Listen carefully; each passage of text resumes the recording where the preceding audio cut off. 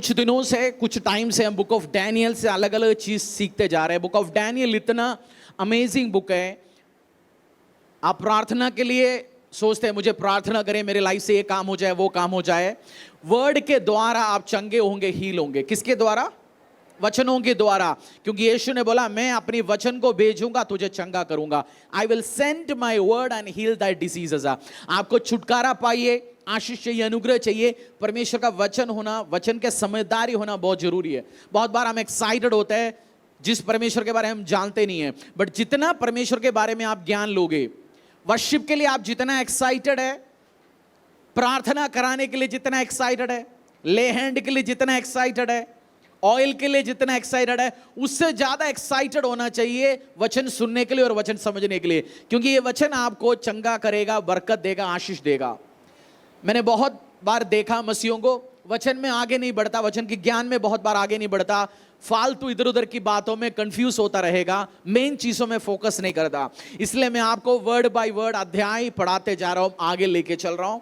और जैसे आप पढ़ेंगे डैनियल के समान, डैनियल अध्याय में बहुत कुछ चीज है, बहुत कुछ चीज है आप सीखने के लिए। जैसे आप पढ़ोगे आप एक ताकतवर, ब्लेस्ड, आशीषित बंदा बनेंगे यीशु के सामर्थ्य नाम से।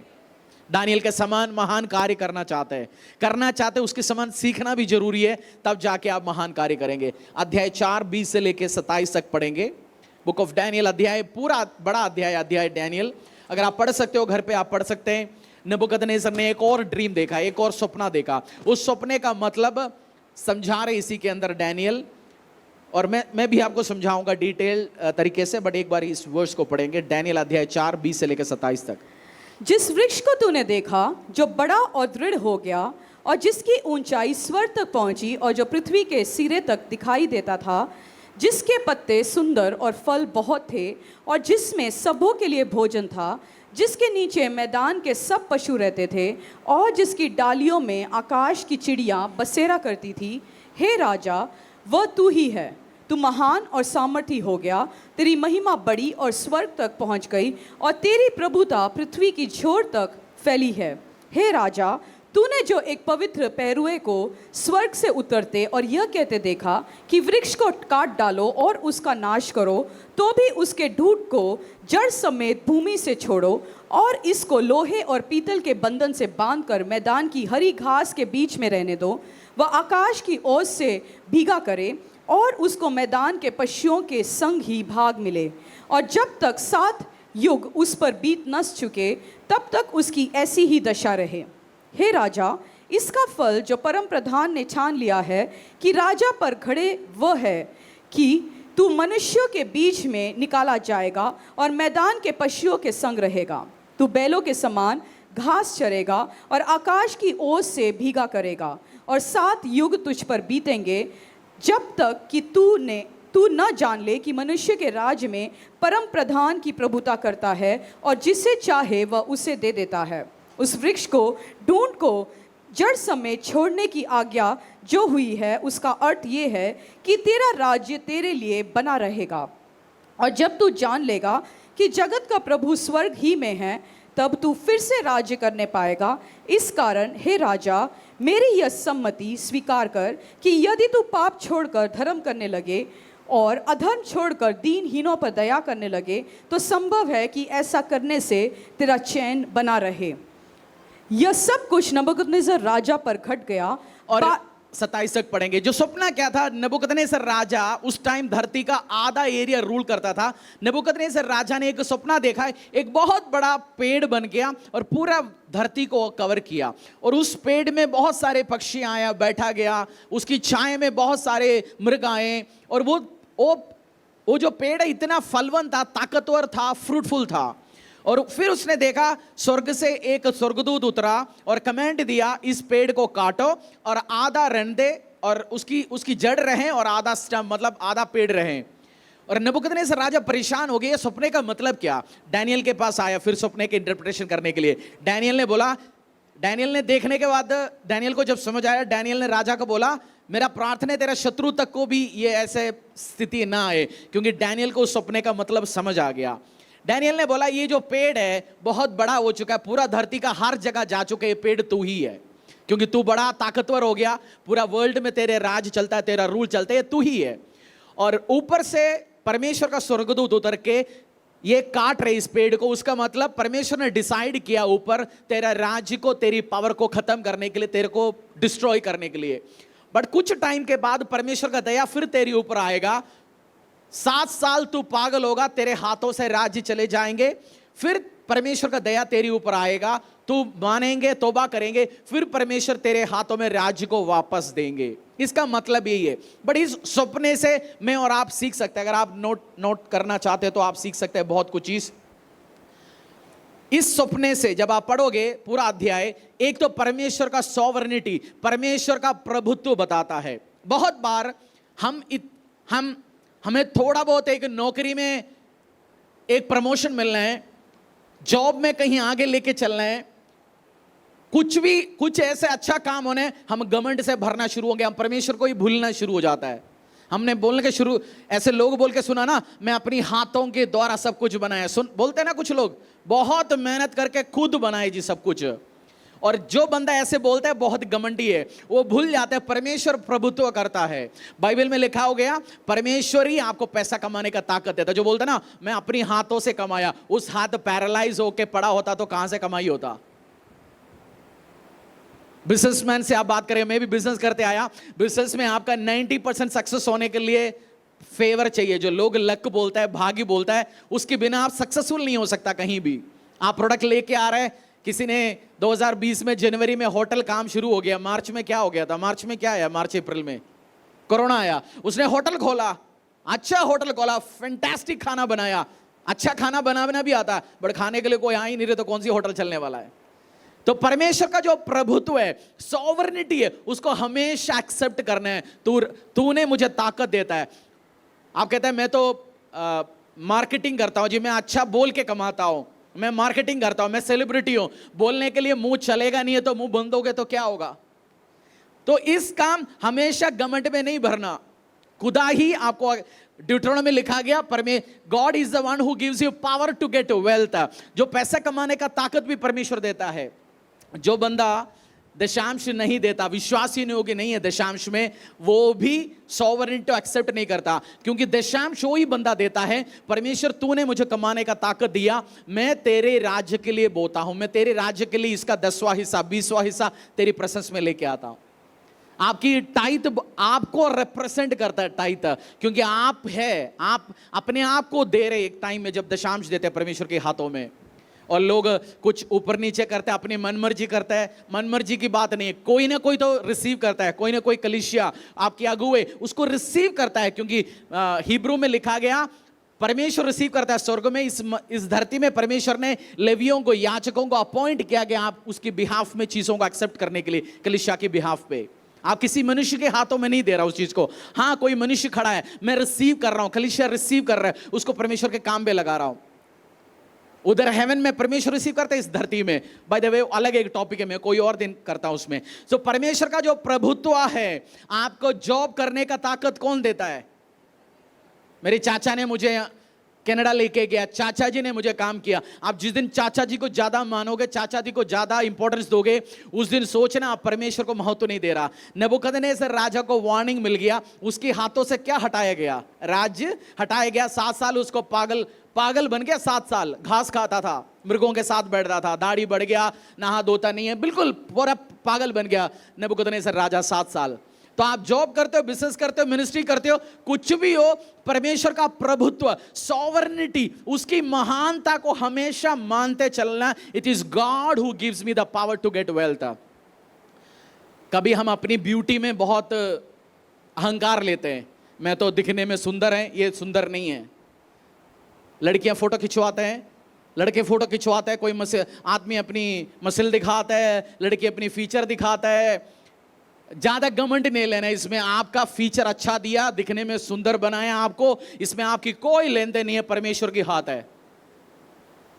हाथ पैर के साथ आप आया, आंख के साथ आया।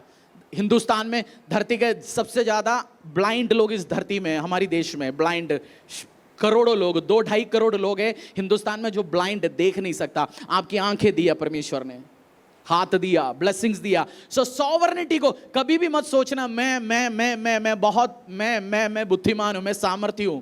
बुद्धिमान राजा को परमेश्वर ने 7 साल के लिए पागल बनाया, उसके हाथों से राज्य चला गया, वो घास खाना शुरू हो गया। सो खुदा की सॉवरेनिटी को, क्योंकि इस राजा को भी परमेश्वर ने घुटना टिकवाया, सो उसकी सॉवरेनिटी हमेशा एक्सेप्ट करके चलना और अपने आप को नम्र रखे चलना। बोलना पड़ोसी को, अपने आप को नम्र रखे चलिए। बोलो हेलो, बोलो हेलो, बोलो अपने आप को नम्र रखे चलो, अपने आप को नम्र रखे चलो। और नम्रता ये नहीं है किसी को देखने के टाइम में, अच्छी बात है, गुड। अब तो इधर तक भी नहीं, अब तो घुटना तक हो गया शायद। पहले तो छूता था, अब तो घुटना हो गया, अब तो ऐ भी हो गया। ये अच्छी बात है, कर लो नहीं कर लो आपकी पर्सनल चीज है। मैं छूता हूं बड़ों का पैर, कोई सीनियर पास्टर हो, मेरी स्पिरिचुअल फादर हो, मेरी कल्चर है, वो आपकी डिसीजन है। बट ह्यूमिलिटी होता है मन के अंदर। कोई बोलने का टाइम में घमंड बढ़ते बढ़ते बढ़ते जाता है। 2 बाइबल वर्सेस पढ़ेंगे, जेम्स अध्याय 4-6। लाइफ में फेवर चाहते हो, क्योंकि ये राजा भी घमंड ओके ओके ओके ओके बस अपने आप को पफ करके बड़ा बड़ा बड़ा बन गया, प्रभु ने काट लिया। नम्रता के साथ आपने चलना है। ऑफिस में काम करते हो, व्यवसाय हो, मिनिस्ट्री में हो, सेवा करते हो, बेटा बड़ा हो छोटा हो, आपको नम्रताई के साथ चलना बहुत जरूरी है। जेम्स अध्याय 4-6 में लिखा है, वो और अधिक अनुग्रह देते हैं, इसलिए लिखा है परमेश्वर घमंडियों की विरुद्ध रहते हैं और दीनों को अनुग्रह देते हैं। परमेश्वर किसके विरुद्ध खड़े होते हैं? घमंडियों के। किसके विरुद्ध? घमंडियों के। जिसने आपको साथ देना है वो आपके खिलाफ खड़ा हो जाएगा। जिसने आपकी साथ देना है वो क्या होगा? आपकी घमंड विरुद्ध खड़ा होगा। पहला पीटर अध्याय 5:5 में लिखा है, परमेश्वर घमंडियों को विरोध करते हैं परंतु दीनों का पक्ष में रहते हैं। घमंड एटीट्यूड, घमंड अलग अलग तरीके का होता है। बातों में घमंड, किसी ने कुछ बोला, मन के अंदर उस सोच के विचार गलत उठना शुरू होना, रेबलिज्म नेचर, सेवा ना करने का नेचर, क्यों मैं सेवा करूं, मैं नहीं चल रहा हूं, मुझे प्रभु कुछ नहीं चाहिए। और सेल्फ सफिशिएंट भी घमंडी है। सेल्फ सफिशिएंसी मतलब, मैं बहुत किताब पढ़ता था और शुरू के दिन में मैं सेल्फ कॉन्फिडेंस के ऊपर बहुत किताब पढ़ता था, और मुझे सबसे ज्यादा आज गुस्सा दिलाने वाला वर्ड है सेल्फ कॉन्फिडेंस। क्योंकि आपको जो वर्ल्ड की टीचर्स बताते हैं, जो मोटिवेशन टीचर बताता है सेल्फ कॉन्फिडेंट होना चाहिए, मैं उस वर्ड को गुस्सा करता हूं। क्योंकि आप सेल्फ कॉन्फिडेंट नहीं है। जो खुद के ऊपर भरोसा है वो गिर जाता है, जो परमेश्वर के ऊपर भरोसा रखता है वो उड़ जाता है। मैं बहुत बड़ा सेल्फ कॉन्फिडेंस की किताब ये, बट मुझे एक चीज समझ आ गया, ये सब बकवास है। परमेश्वर के ऊपर भरोसा रख, उसकी कॉन्फिडेंस में चला, आप आगे बढ़ेंगे। कुछ बंदे कहते हैं संडे भी हम बहुत हार्ड वर्क करते हैं, फैक्ट्री में काम कर रहे हैं, ऑफिस में काम कर रहे हैं, 24 घंटे काम करते हैं, अपनी मेहनत के साथ हम आगे बढ़ा। वो भी एक तरीके से अहंकार है, मैं बताता हूं आपको। क्योंकि वो बताना क्या चाहते हैं, मुझे तू नहीं चाहिए, तेरा साथ प्रार्थना वार्थना मुझे कुछ नहीं है, मैं खुद संडे भी मेहनत करूंगा, सैटरडे भी करूंगा, फास्टिंग भी नहीं करूंगा, फैक्ट्री चला, मैं करता रहूंगा। मैं आपको बताना चाहता हूं 15-20 साल आपकी लाइफ की अच्छे प्रोडक्टिव ईयर्स जाने के बाद आपको समझ आएगा, परमेश्वर ही उठाता है, वो ही गिराता है। मेहनत आज जो मर्जी करो, मेहनत तो करना पड़ेगा, आपको हार्ड वर्क करना पड़ेगा, बट वो केवल आपको रिजल्ट लेके नहीं आएगा। आपको रिजल्ट आएगा जब नम्र होकर चलेंगे, परमेश्वर तेरी ग्रेस है, तेरी दया है। और मन के अंदर मैं अपनी मर्जी, आपने किसी के साथ आप सबमिटेड नहीं है, आप घमंडी है। लाइफ में कोई हो जो आपको डांट सकता है, मेरा है डांटने वाला। मेरा फादर लॉ से मैं डांट खाता था, कोई कह रहा है बैठ के पास जी बीवी से तो खाता ही हूं डेली, उस बात की बात नहीं कर रहा हूं मैं आपसे। कोई है आप सबमिट कर सकते हैं, मेरा स्पिरिचुअल फादर डांटता है। कोई हो जिसी को आपने सबमिट किया गया, मैं मुझे कोई समझा नहीं सकता। थोड़ा बहुत पैसा आ जाता है हाथों में, 30-35 साल की उम्र क्रॉस हो जाता है, हम किसी का नहीं सुनता। अब तो टीनेज से भी सुनता नहीं है, बच्चे माता पिता को समझाने जाता है।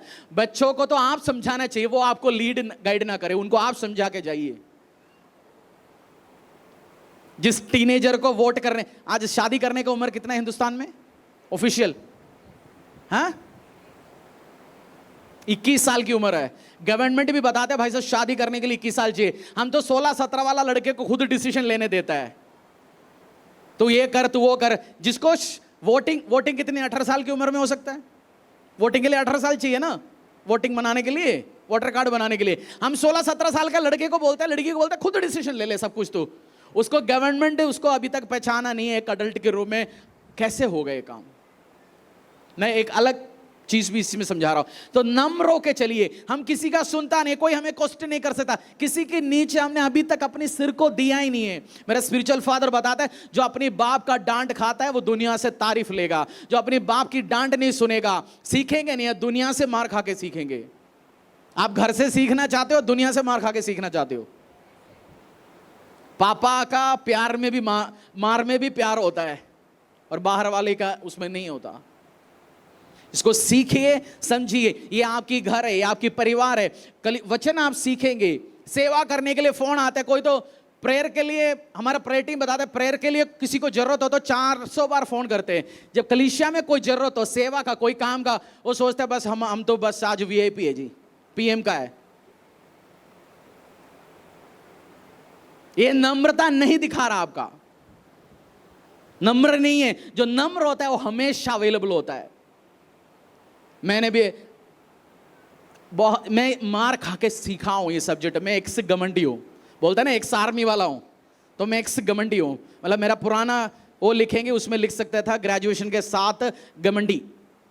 बट मैंने सीख लिया वचन से, नम्र रहो मन में। कपड़े में आप नम्र रह सकते हैं। आज तो मैंने भी व्हाइट एंड व्हाइट पहना है।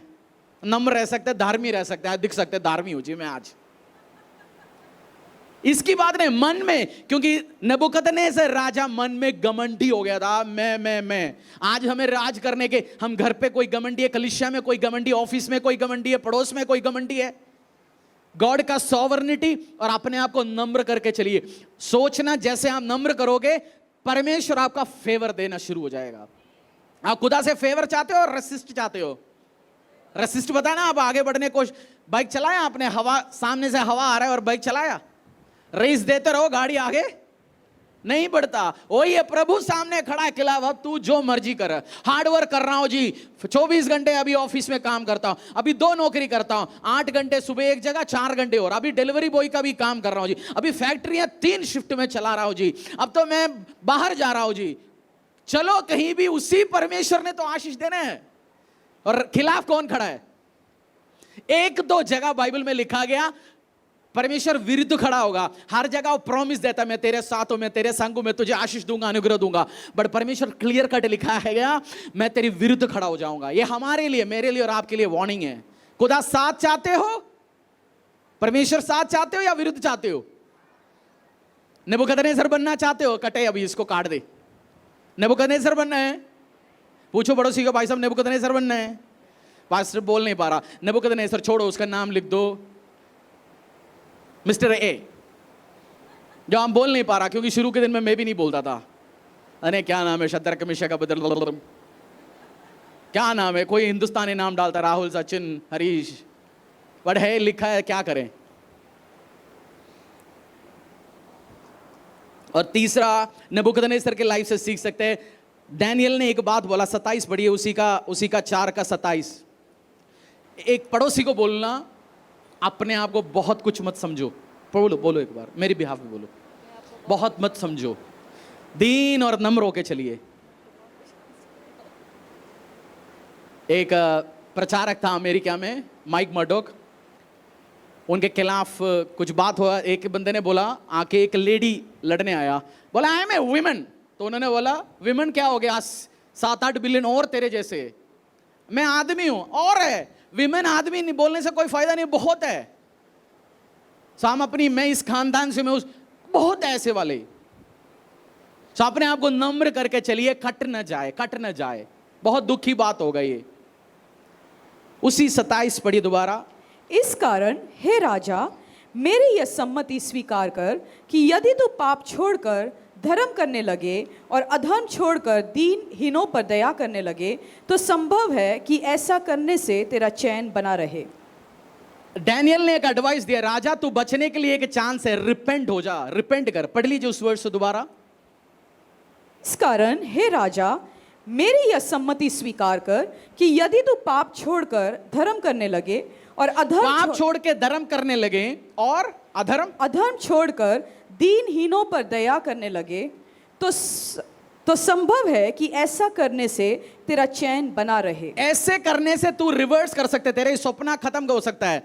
परमेश्वर सपना हमें क्यों देता है? हमें एडवांस बताते हैं। बहुत बार लोग बोलते हैं सपना हो गया, शैतान ने एक सपना दिखाया, या मेरे को सपना हो गया, मैं ऐसे होंगे आपके लाइफ में। ऐसे नहीं है। सपना बहुत बार आपको एडवांस दिखाना परमेश्वर का स्ट्रेटेजी है।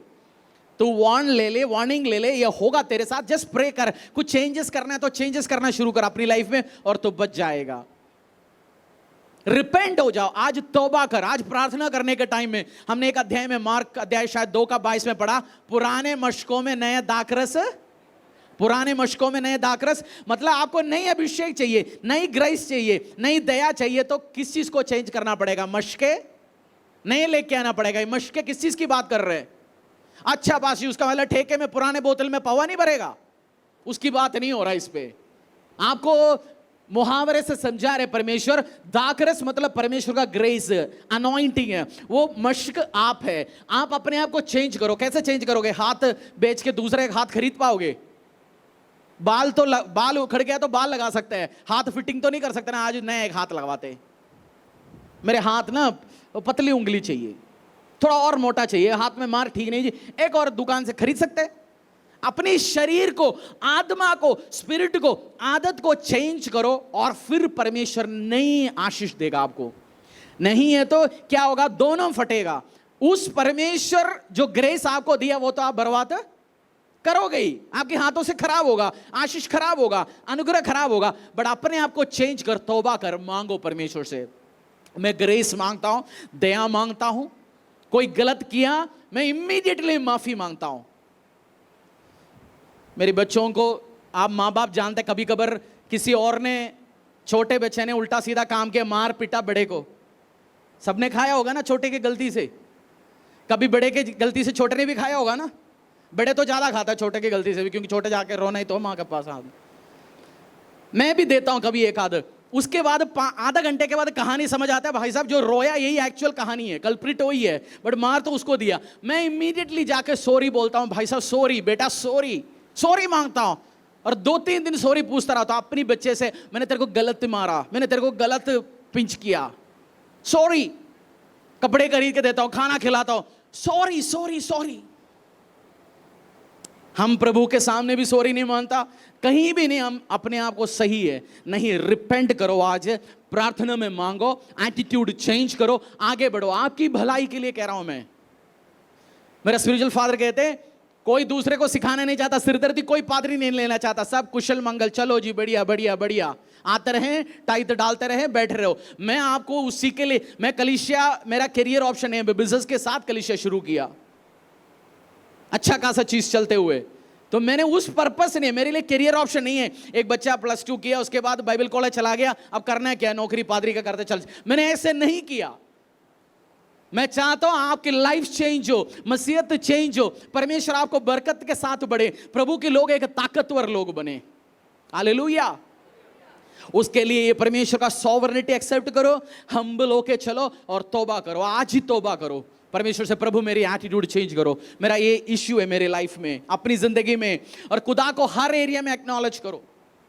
बरकत दिया, टेस्टिमनी दो, गवाही दो, पड़ोसी को दो, कलीसिया में दो, बोलो गवाहियां। हम प्रार्थना के लिए 4 लाख बार फोन करते हैं और टेस्टिमनी तो देता नहीं है ना, क्योंकि वो बाइबल में यीशु मसीह ने 10 लोगों को चंगा कराया और एक ही कोड़ी वापस आया। तो यीशु ने क्वेश्चन पूछा, भाई साहब बाकी लोगों का बीमार ठीक नहीं हुआ क्या? ना बोला हाँ जी ठीक हो गया, बट आए नहीं। वो गवाही हम देना नहीं चाहता। टेस्टिमनी, प्रार्थना, मैं बच्चे के एग्जाम में प्रार्थना करो, रिजल्ट हम बताएंगे नहीं। प्रार्थना जो करते हैं उसको अपडेट भी दो, तेरा प्रार्थना किया, ये काम हुआ मेरे लाइफ में। Acknowledge Lord in every area. परमेश्वर को एक्नॉलेजमेंट दो, खुदा धन्यवाद तूने मेरी लाइफ में काम किया आपने। और ह्यूमिलिटी, हम्बलनेस प्रैक्टिस करना शुरू करो। यीशु मसीह के पास चले आए, पूछा हमें बड़ा बनाने के लिए क्या करना है? परमेश्वर ने बोला, तुम में से जो बड़ा बनना चाहते हैं दूसरे का सेवा करना शुरू करो। हेलो अगेन, हेलो पूछो, हेलो मतलब बड़ा बनना चाहते हो? बोलते एक दूसरे का सेवा करो, एक दूसरे के नहीं, दूसरे का सेवा करो। तू दूसरे का सेवादार बनो। क्योंकि परमेश्वर ने उठाने आपको, उसने नहीं उठाना। और खुदा उठाने के लिए आप सेवा करो, अपने आप को नीचा करो। मैं आज चर्च में भी लंगर है, कोई हमें इनविटेशन ना दे तब तक हम लंगर में भी नहीं जाएंगे। नहीं जी, मुझे इनविटेशन चाहिए। अरे फूफा जी, शादी नहीं है, यीशु मसीह का लंगर है, इनविटेशन स्पेशल नहीं आने वाला आज। अब फूफा जी तो शादी में तो ठीक है, समझता है, चाचा जी फूफा जी चाहिए। घमंड दूर करो, हम्बल, नम्र हो जाइए, सेवा करिए, नम्र होके प्रैक्टिस करना शुरू करो हम्बलनेस को, और परमेश्वर की प्लान पे ट्रस्ट करो। एक बाइबल वर्स हम पढ़ेंगे, उसी का 34 से हम पढ़ेंगे। नेबुकदनेस्सर राजा की बात है ये। उन दिनों के बीच नेबुकदनेस्सर पागल होके घूम रहे अभी। नेबुकदनेस्सर क्या होके घूम रहे अभी? पागल होके। राज उसके हाथ से चला गया, बट तब भी कोई राजा नहीं बैठा दूसरी जगह, क्योंकि उसकी परमेश्वर ने उसको वापस देना था। तो मंत्रियां सबको दिमाग में भ्रम दे रखा था, हो सकता है राजा गेम चला रहा है, ये पागल वागल नहीं है, ड्रामा कर रही है, बट सच में वो पागल हो चुका था। और उसके बाद नेबुकदनेस्सर का पागलपंथी चल गया, घास खाना शुरू हो गया, जंगलों में रहना शुरू हो गया। 34 फिर 34। उन दिनों के बीतने पर मुझ नेबुकदनेस्सर ने अपनी आंखें स्वर्ग की ओर उठाई और मेरी बुद्धि फिर ज्यों की त्यों हो गई। तब मैंने परम प्रधान को धन्य कहा और जो सदा जीवित है उसकी स्तुति और महिमा यह कहकर करने लगा, उसकी प्रभुता सदा की है और उसका राज्य पीढ़ी से पीढ़ी तक बना रहने वाला है। पृथ्वी के सब रहने वाले उसके सामने तुच्छ गिने जाते हैं और वह स्वर्ग की सेना और पृथ्वी के रहने वालों के बीच अपनी ही इच्छा के अनुसार काम करता है, और कोई उसको रोककर उससे नहीं कह सकता है तूने यह क्या किया है। उसी समय मेरी बुद्धि फिर ज्यों की त्यों हो गई और मेरे राज्य की महिमा के लिए मेरा प्रताप और मुकुट मुझ पर फिर आ गया। मेरे मंत्री और प्रधान लोग मुझसे भेंट करने के लिए आने लगे और मैं अपने राज्य में स्थिर हो गया और मेरी और अधिक प्रशंसा होने लगी। हम्बल जो लास्ट उस अध्याय कंप्लीट करिए, 36-37 तक शायद। अब मैं नेबुकदनेस्सर स्वर्ग के राजा को सराहता हूँ और उसकी स्तुति और महिमा करता हूँ, क्योंकि उसके सब काम सच्चे और उसके सब व्यवहार न्याय के हैं, और जो लोग घमंड से चलते हैं उन्हें वह नीचा कर सकता है। जो लोग घमंड से चलते हैं उनको वो, आज आप इस मन पे लेके चलो, कॉलेज में चलने के टाइम घमंड में मत चलना। आप खूबसूरत है, हैंडसम है, घमंड में मत चलना। आपकी आवाज है गाने का, घमंड में मत चलना। गला ऊपर नीचे करने के लिए एक जो वोकल कॉर्ड है, आज गूगल में जाके देखना वोकल कॉर्ड, अपना गला पता चल सकता है। गला, आपकी आवाज, हमारी शरीर जो चलता है वो मिरेकल है। हमारी आवाज जो मैं आपको बोल रहा हूँ सुन रहे, कान में इतनी छोटी सी पर्दा लगा हुआ है, बहुत सॉफ्ट है, कुछ टच किया खराब हो जाएगा। देखो कितना तगड़ा परमेश्वर ने काम किया। मेरे और आपके अंदर, आंखों के अंदर जो रेटिना दिया गया, सॉफ्ट चीज आ गया, थोड़ा बहुत ऊपर नीचे होना, सारे घमंड नीचे आ जाएगा। कॉलेज में चलने के टाइम में नम्रता के साथ चलिए, ऑफिस में नम्रता के साथ चलिए। नहीं तो नेबुकदनेस्सर कह रहे, जो राजा जो धरती का हाफ रूल करता था, ये परमेश्वर किसी को भी नीचे लेके आ सकता है। आप नीचे रहना चाहते, ऊपर रहना चाहते हैं, नम्रता के साथ चलिए। अब आप नीचे है, फाइनेंस में नीचे है, बिजनेस में सपोर्ट नहीं मिल रहा, फेवर कहीं ये नहीं है, आज से प्रैक्टिस करना शुरू करो नम्रता, और फर्स्ट शुरू करो, ये मेरा और आपका घर है चर्च। इधर आप, इधर बॉस न बनिए, एटीट्यूड में ना चलिए। हम 5000 घमंडी लोग इकट्ठे चलने वाला क्लब हाउस नहीं है चर्च। क्लब पता है ना, क्लब में एक ओडी में आ रहे, एक घमंडी दूसरी घमंडी गोल्फ खेल रहे, क्लब हाउस नहीं है चर्च। ये मेरा और आपका प्रैक्टिस करने का जगह है, क्योंकि हम बाहर जाएं और आशीष में पाए। सो नम्रता, मैं चाहता हूं आप सर्व करना, हर व्यक्ति, हर डिपार्टमेंट में सर्व करना, और ऐसे भी सर्व नहीं करना। पुराने टाइम मेरे साथ कुछ दोस्त थे, उन्होंने सर्व किया तो मतलब 5 लोगों को बिगाड़ना है और 4 लोगों को भगाना है चर्च से। ऐसे भी ना करिए, ट्रेनिंग ले लीजिए, एटीट्यूड में चलिए, राइट एटीट्यूड में चलिए और सीख लिए, और परमेश्वर आपको आगे लेके जाएगा। क्योंकि परमेश्वर आपके विरुद्ध ना खड़ा हो जाए, परमेश्वर आपके साथ खड़ा हो जाए और आपको प्रमोशन मिले, आपको आगे लेके चले यीशु के सामर्थ्य नाम से। और एक्नॉलेज करो, मत बोलना मैं बहुत कुछ करता हूं जी, मैंने अपनी मेहनत करता हूं, मैंने ये पढ़ा, मैं ये कर रहा हूं। बुद्धि के ऊपर भी आपको पढ़े लिखने का सामर्थ्य दिया परमेश्वर ने, उसमें भी घमंडी मत होना, क्योंकि राजा को पागल बनाने के लिए ज्यादा टाइम लगा परमेश्वर को। ज्यादा को आपकी दिमाग एक आध चीज ऊपर नीचे होना, थोड़ा बहुत स्वेलिंग होनी है, बस काम हो जाएगा। सो चलने का तरीका, बात करने का तरीका, एक दूसरे से व्यवहार का तरीका, उस सब पे नम्रता रखना चाहिए। आप नम्रताई के साथ, हम्बलनेस के साथ चलिए।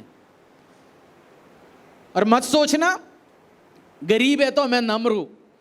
मैं तो गरीबी में सबसे ज्यादा घमंडियों को देखा हुआ है, और अमीर लोग, बहुत अमीरों को मैं जानता हूं, और उसमें से 10 में से 8 नम्र है। और वो नम्र था इसलिए वो अमीर बन गया। आप खानदान से, हम तो 500 खानदान से हम गरीबी है जी। चेंज करो, कुछ तो पंगा है, चेंज करिए उस चीज को। मैं भी घमंड बंदा था, बट मैंने चेंज किया, सीखा, चेंज किया, मार खाया, चेंज किया, मार खाया, चेंज किया। उस नम्र एटीट्यूड के साथ चलते हैं। और कुछ भी नहीं है मेरे और आपके पास। आपने किसी बंदा कैंसर हुआ मरने के पहले का फोटो देखा? 3rd स्टेज कैंसर पे गया, फोटो देखना गूगल में आज, और उनका 10 साल पहले का फोटो देखना। सुंदर बंदा बंदी दिख रहा था, और आप देखना हड्डी होके, पतले होके, आपको लगे ये क्या है, कोई किस क्या है। 3 महीना बेड में लेटे रहना, हमारी सारे सौंदर्यता उतरेगा। तो जितना मेकअप लगा दो कोई काम ही नहीं आएगा। सो किस चीज के ऊपर घमंड करना है?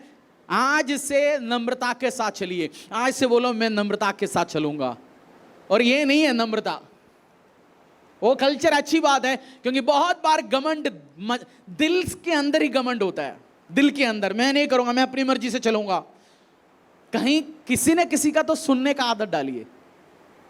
बोलो पड़ोसी को, किसी ने किसी का सुनने का आदत डालिए। शादी हो गई इसका मतलब ये थोड़ी है पति का भी नहीं सुनना, किसी का नहीं सुनना। शादी ये नहीं है, शादी हो गया अब मैं किसी का नहीं सुनूंगा, रानी हो गया जी। उस सुनो, सबमिट करो। बाइबल में लिखा है submit to one another, submit to each other, submit to one another. Submission में जाओ, एक दूसरे को सबमिट करो। और ये चर्च में मैं चाहता हूं आप सेवा में नंबर 1 रहिए। सेवा में आप नंबर 1 रहिए, क्योंकि आप आगे बढ़ना चाहते हो। पूछो पड़ोसी को, कुछ लोगों को तो मतलब ही नहीं, आगे बढ़ना ही नहीं चाहता। बोलना आगे बढ़ना चाहते हो, जिस काम तू कर रहे हो उसमें आगे बढ़ना चाहते हो, बोलना नम्र हो जाइए। नबूकदनेस्सर का नन्ना उड़ गया, नबूकू हो गया, अब तो पागल हो गया। नबूकदनेस्सर को सीक्रेटली लोग क्या बोल रहे होंगे? पागल राजा। नाम तो लगाया होगा मंत्रियों ने, अपनी राजा क्या हो गया? पागल हो गया।